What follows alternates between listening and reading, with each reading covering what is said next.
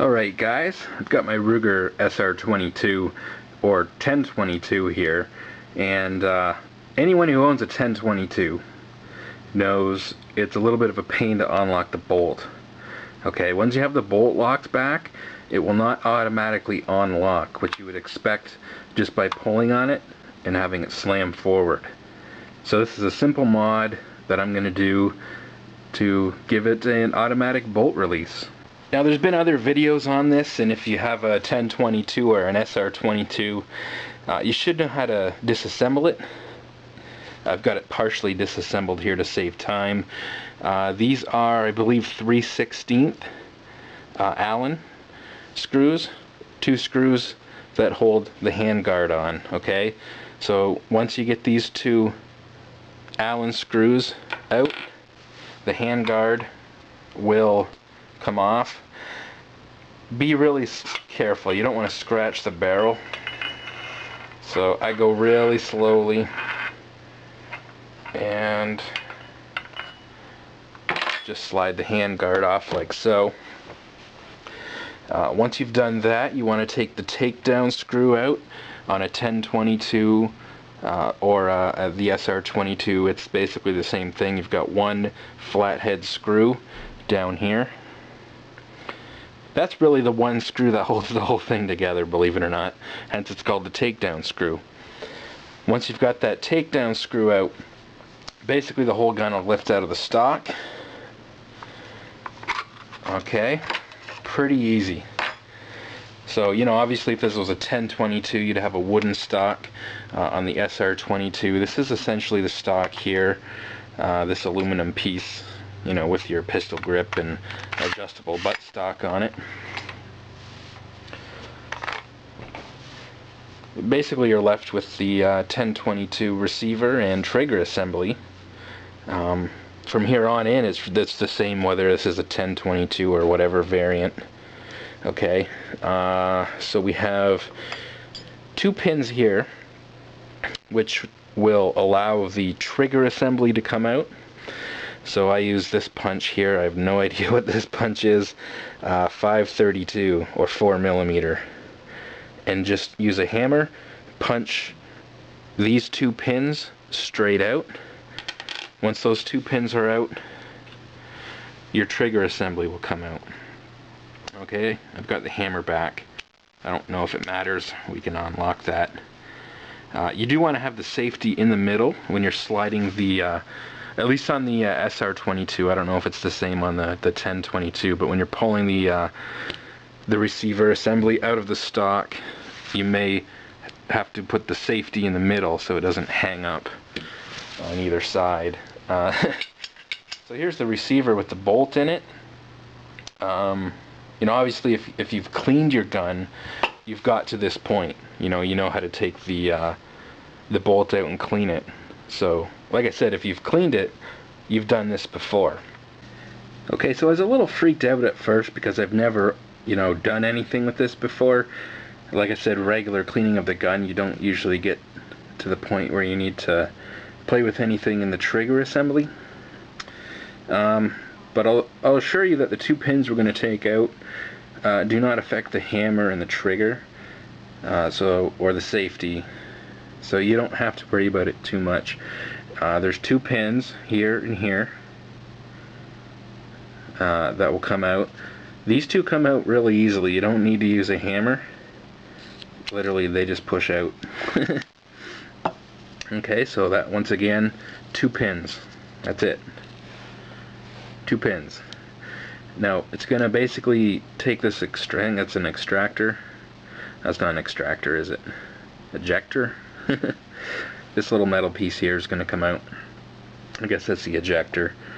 And I don't know why it would have to move, though. Anyways. And then this is the piece that holds the magazine in. And of course, this is the magazine release. The 1 pin was holding this magazine release in. So push the little, I don't know what you call this, plunger that holds the magazine in. It's got a spring in there. When you push that in, this little magazine release lever will pop right out. This is just a plastic piece. Okay, really nothing to worry about there. But now the magazine plunger thing will come out. Okay, and there's a spring with that. So don't lose the spring, keep the spring on it. And that's it. Guess what's coming out now? Okay, so that's the actual bolt lock, bolt release piece that we're going to be working on. And it literally, if you look at how it goes down in there, you can tell because this is the little rocker part that normally would be exposed down here, and so that's how it goes in. It just drops down in there. If you're familiar with 1022, like I said, that's where you rock it, down there, and so that just slides out. Like I said, the hammer itself and the trigger and the safety haven't been affected, so you don't have to worry too much about the springs. The only spring you have to watch is this one right here. Now it's going to be hard to see. There is a spring. This is the top of the spring here, and the pin we took out here, this has to be pushed under the pin.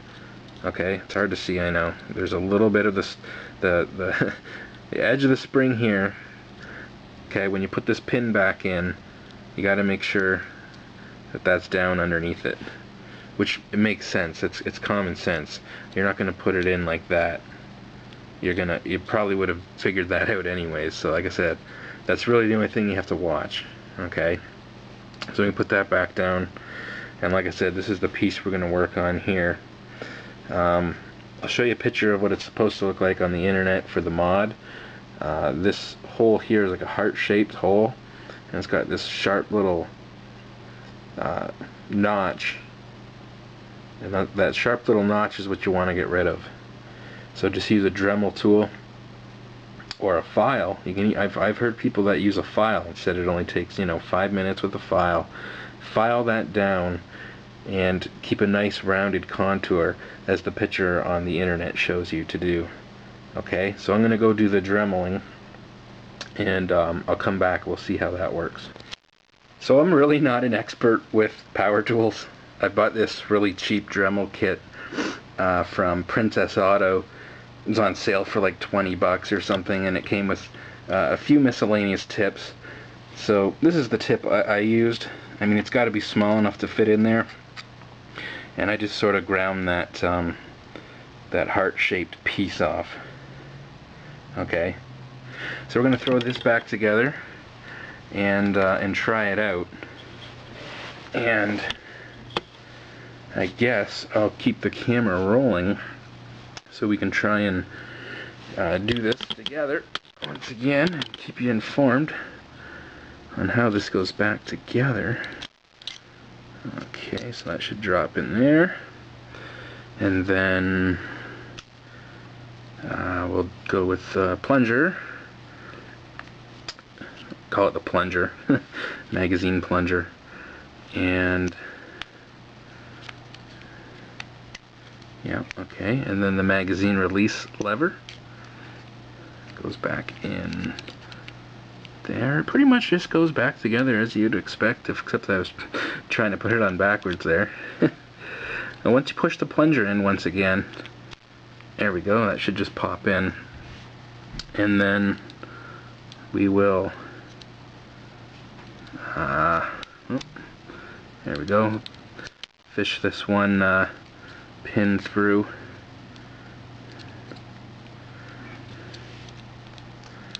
Oh, pin popped out there.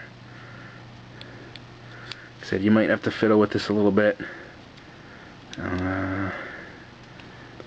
It's mostly this magazine release lever. I'm not getting the... Oh, there it goes. Yeah, just wiggle the magazine release lever there until it pops in. And then this goes back in, like so, with this pointy bit up. And the pin just fell out.